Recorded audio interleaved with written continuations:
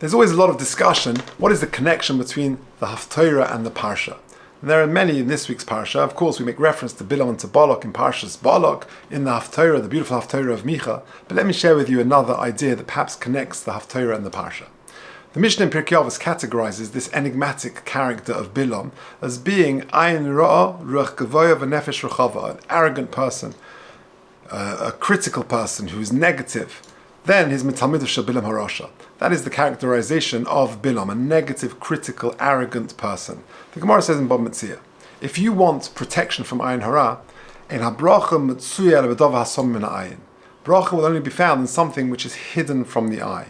The Michtav Melior of Dessler writes the following amazing thing. The Gemara says in Eruvin, Mishan is Asher, someone who became wealthy.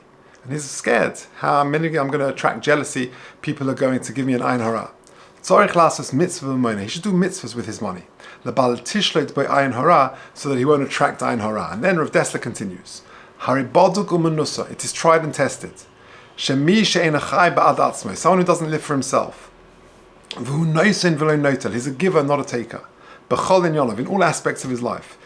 Ish kazeh eina ma'ira kina klal. Someone who is that, who is not selfish. He's a selfless person. He's giving.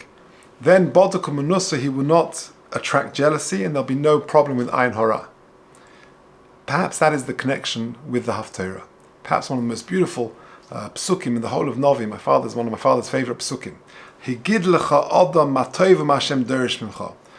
Let me tell you, says the Novi Micha, what HaKadosh Baruch Hu wants. Kim asus mishpat, you do justice, v'havas chesed, and love kindness, v'hatzneya leches im Elokecha, and act modestly. If a person behaves in that refined, modest way, doesn't attract attention, doesn't attract jealousy to others, then that is protection from Ayin Hora, and perhaps that is the antidote to the Ayin Ra and Ruach Gavoya and Nefesh Rechava that is displayed by Bilam in this week's Sedra, and perhaps that is the connection with the Haftorah.